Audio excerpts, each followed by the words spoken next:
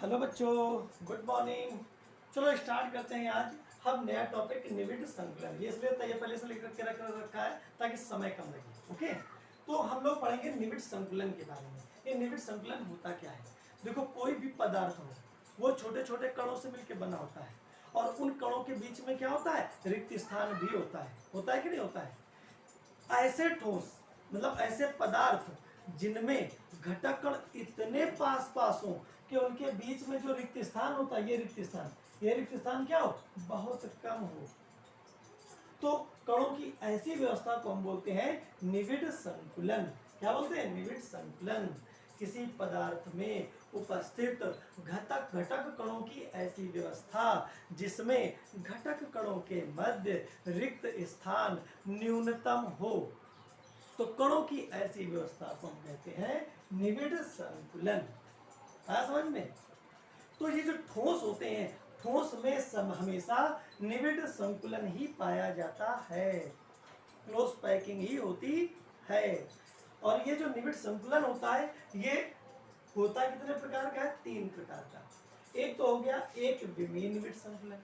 अगर घटक कणों की व्यवस्था केवल एक ही विमा में है, केवल एक पंक्तिबद्ध है, तो हम उसको बोलेंगे एक विमीय निविड संकुलन। इसमें होता क्या है?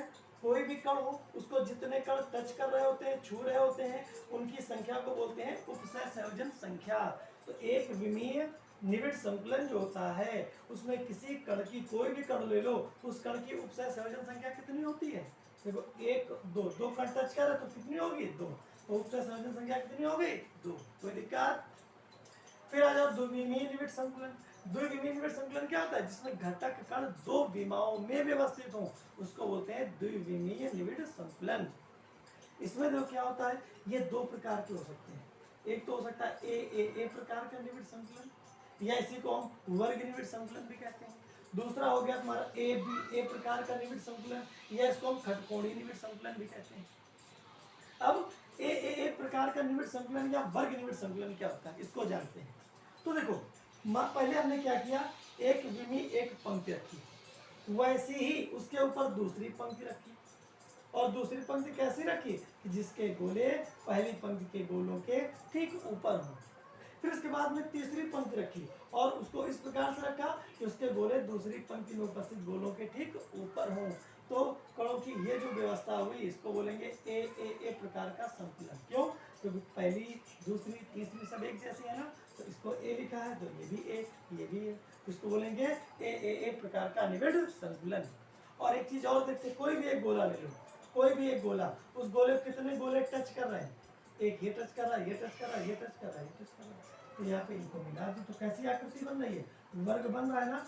तो वर्ग बन रहा है, तो इसको हम वर्ग निविड संकुलन भी बोल सकते हैं। तो इसका नाम वर्ग निविड संकुलन या एक प्रकार का निविड संकुलन है। अब अगर कोई पूछने की भैया ये बताओ कि द्विविमीय निविड संकुलन जो होता है, उसमें जो वर्ग निविड संकुलन होता है, उसमें किसी कण की उपसय संयोजन संख्या कितनी होती है? तो क्या बताओगे कि यहाँ पे देखो, इसको 1 2 3 4 कण टच कर रहे हैं ना, तो उपसय संयोजन संख्या कितनी होगी? 4। कोई भी कण ले लो, 4। ये ले लो, तो यहाँ पे भी कोई कण होगा, कोई ठोस होगा, तो यहाँ पे भी कण होगा। तो यहाँ पे 1 2 3 4 सबकी उपसय संयोजन संख्या कितनी होगी? 4। दूसरा आ जाओ, ए प्रकार का निविड संकुलन या खटकोणीय निविड संकुलन। अब ये कैसा हो सकता है?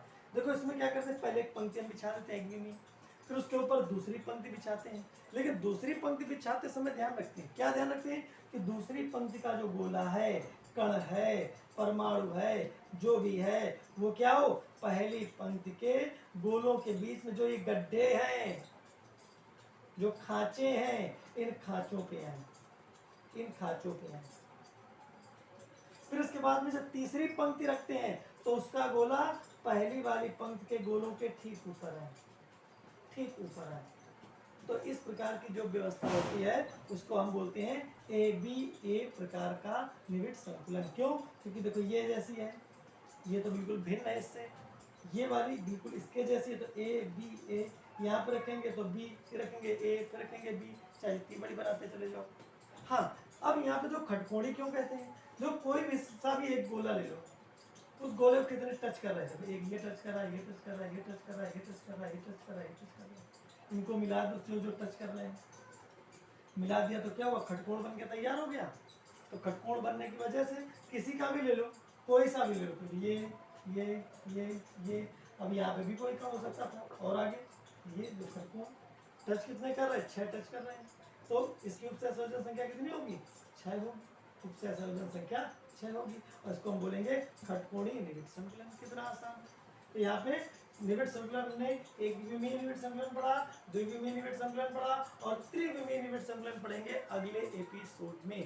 तब तक के लिए बाय बाय, तैयारी करते रहिए। ओके।